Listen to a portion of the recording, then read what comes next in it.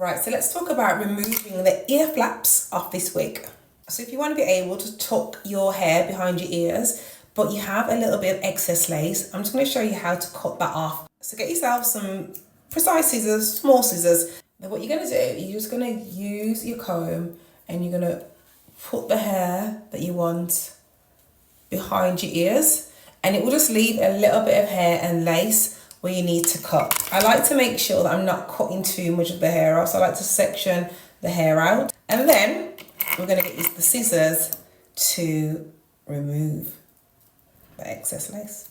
Don't worry if you cut the hair off, you're not going to damage the wig, guys, okay, if you do cut the hair off. So there we go. It won't damage the wig, but it'll just be a lot more easier, especially if you wear glasses and you know you don't want that sort of ear tab sticking out, and if you don't want to glue the wig down as well. Another option, you could just use a little bit of wig tape or a bit of glue just to glue it down, or you can just cut it off and you're done. What I am going to do, because I can still see a little bit more of the lace, I'm just going to go in again.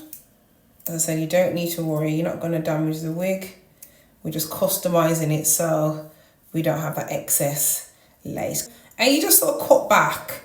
You keep cutting back until you feel the lace is undetectable. So you just need to apply the same method to that side, cut it off, and then you'll be able to put the hair behind your ears like that, and it will just rest nice and flat. I'm just being pedantic now, but I can see just a little bit of lace here.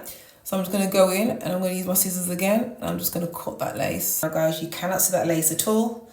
I'm not using any glue or hairspray, but it's blending in seamlessly and it's looking like the wig is growing from my root. I've just done the same on the other side. So I'm just going to comb out any excess hair that got cut off while I was cutting the lace. So no more lace, all gone. But you can see it looks really nice and flat behind the ear. As simple and as easy as that.